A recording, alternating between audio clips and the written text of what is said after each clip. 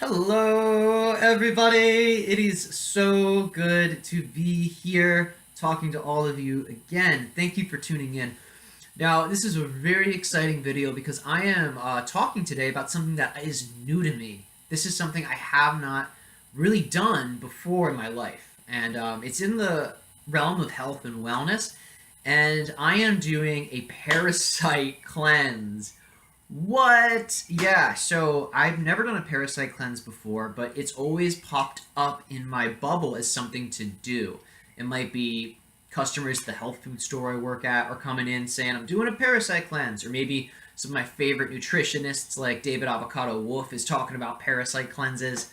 And it's something that, I've been aware of for years, but have been so resistant to.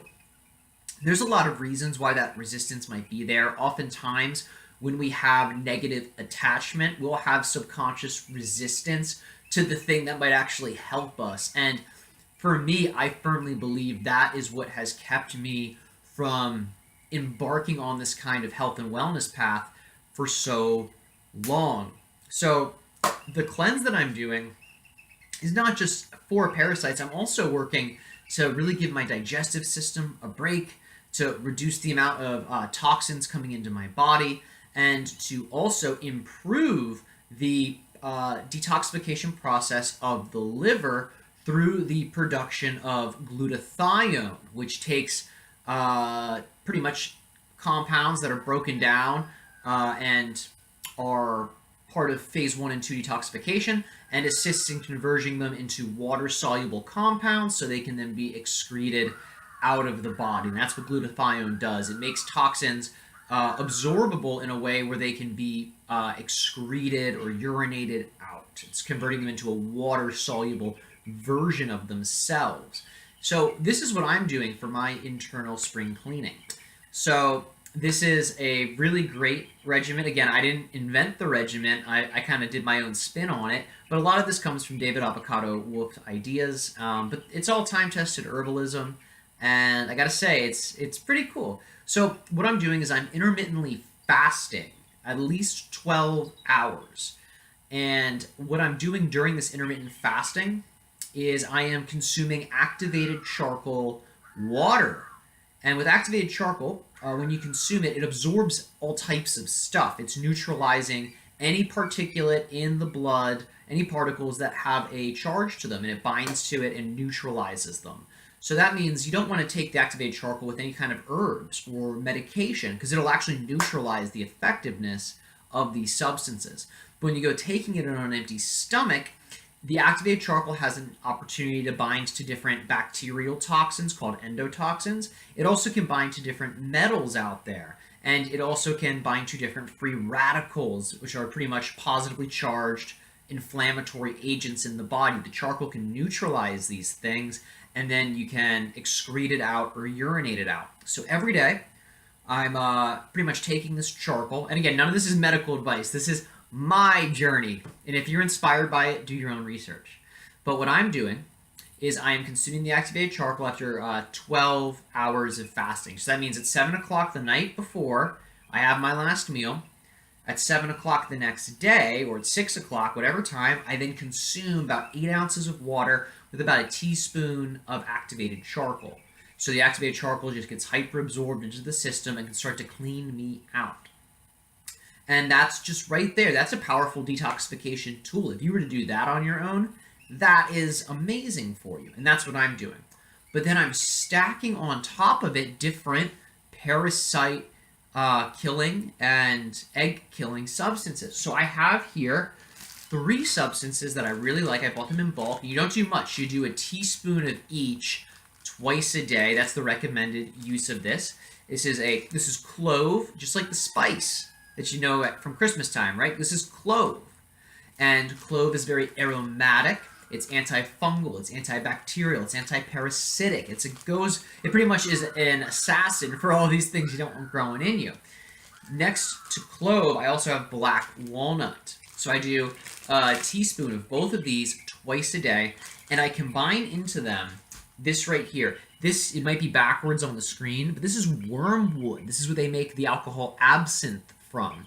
Wormwood is a powerful anti-parasitic. It's also a digestive aid. It helps with gastric secretions, so you can digest your food a little bit better. It is a little toxic, so it's recommended not for long-term use. I am going against conventional wisdom. I am going to be using it a little longer than what most people recommend, but I am incredibly young. I am in very good health. I have a very high functioning body. I'm not all that concerned. But this is my detoxification regimen right now for parasites. Now, what I'm doing on top of that too for this month, and I don't normally do this, but it's springtime. I think I can get away with it. I'm going to go vegetarian. So that means I love fish. I'm not going to be having fish for the month. I'm probably going to be giving up dairy. I love dairy. I love yogurt. I'm going to be giving up the yogurt. And I'm really going to be doing probably like a 95% plant-based diet with the exception of consuming eggs. Now, one of the benefits to going plant-based is you are typically reducing the amount of toxicity you're bringing into your body. I love animal products. I love eating meat. I typically eat meat multiple times per week because I firmly believe it is very healthy, very tonifying, and nourishing. However, the higher up you get on the food chain, the bigger the organism, the more toxins it tends to develop, the more susceptible it is to environmental pollution.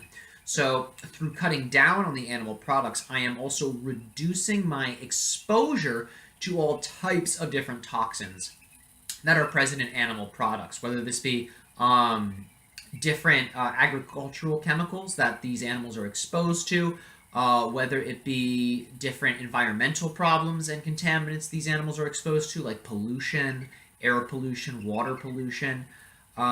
It might also reduce the risk that I'm going to expose myself to certain diseases or pathogenic organisms these animals might be having. So this is actually giving my body a huge, huge break, and I'm doing this for about a month. So going vegetarian, anti-parasitic herbs, intermittent fasting, activated charcoal. And the fasts I do, I mean, most of the days I'm always doing about 12 hours, but I'm going to be focusing a few days out of the week doing a full 24 to 23 hours to really ramp up the detoxification process.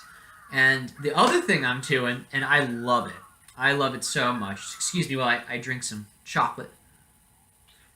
The other thing I'm going to be doing this month, and I just did one actually a couple hours ago, is coffee enemas.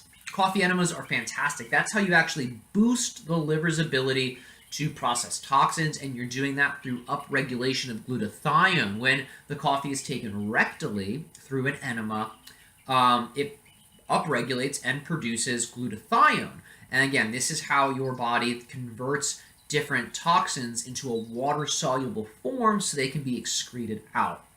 So I'm also doing coffee enemas. But this is the part that I love. I heard this idea years ago by a crazy chiropractor who I love. He's a fantastic educational human being, Dr. Robert Cassar. Guys, one of a kind, unique individual. I highly recommend you look him up if you ever want to see someone who will just blow your mind, okay?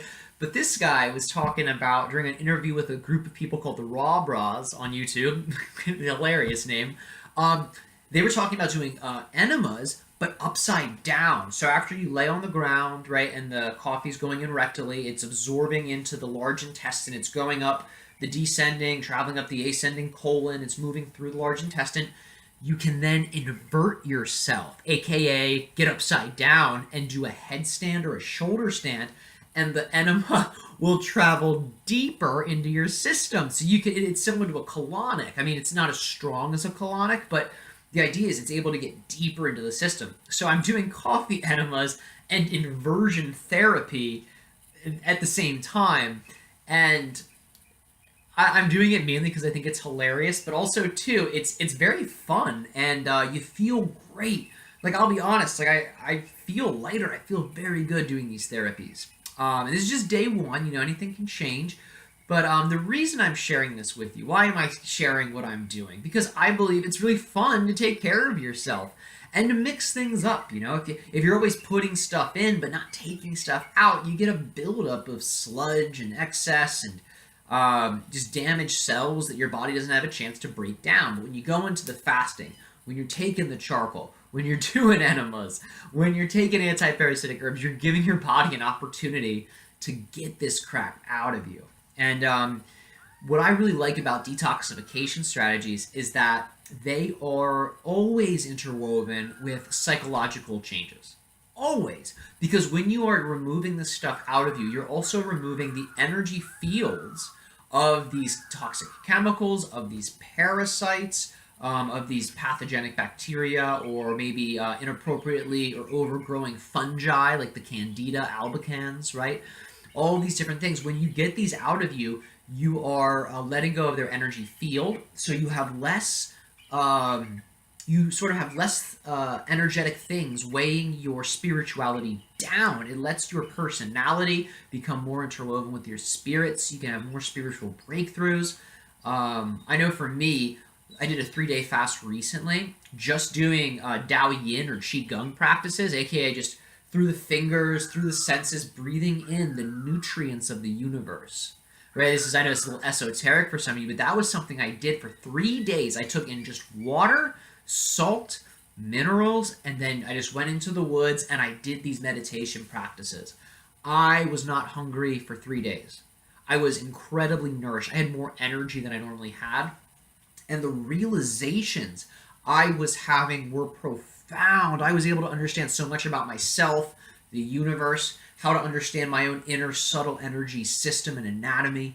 So these types of detoxification practices, whether it's fasting, whether it's charcoal, whether it's going vegetarian, all of these things really do help with freeing up more of your own energy so you can move forward in your life.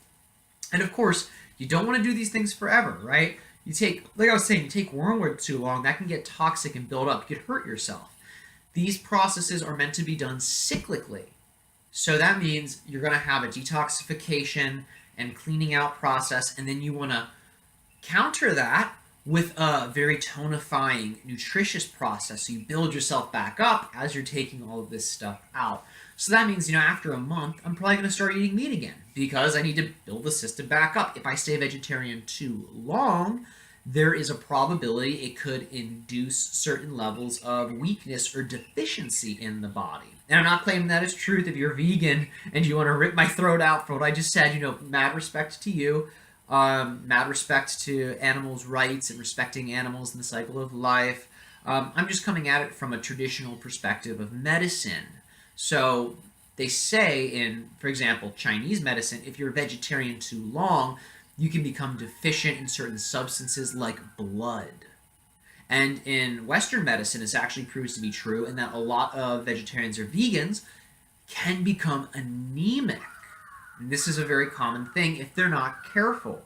And, not trying to say you're going to become anemic, but you want to make sure you're getting enough iron and human assimilated forms of B12, so a form of B12 your body can process. This typically comes from animal products. There's not many plant versions of B12 that actually absorb well into the system. So anyway, I went on a tangent there, apologies. But the idea is I'm doing this detox for a little bit, and then I'm going to build up the system again. But it's so fun, and I get so excited when I get to take care of myself and do these, little things that mix up the routine. Right? And all of a sudden it's like, whoa, I can't eat all the time. And that means I gotta, now do something else. And I have all this more, abundance of energy to be able to do these new things. So that is just what I really, really, really enjoy. And that's what I'm doing right now. So I hope you all like this video. I know it's kind of a personal video. I hope it was a little educational. But I hope you all have a great day. Thanks for watching. If you're watching this on YouTube, make sure you hit the subscribe button, and if you're watching this on Facebook, you can find me on YouTube at Health Thyself. And remember, nothing I say here is ever medical advice. I am definitely not a doctor, nor am I assuming to be one or pretending to be one. I am just a lay person. I'm an acupuncture student. I am a health researcher. I am a quantum explorer disguised as a human being. Just kidding. Not really. But anyway, have a great day, everybody. I love you all so much. Thanks for watching. Remember, if you want to do any of this stuff that I'm doing, make sure you talk to whoever you got to talk to, whether it's your primary care physician, whoever you seek for medical advice. So nothing here is intended to be medical advice, nor should it be interpreted as such. But anyway, I love you all so much. You're all great people, and thanks for watching.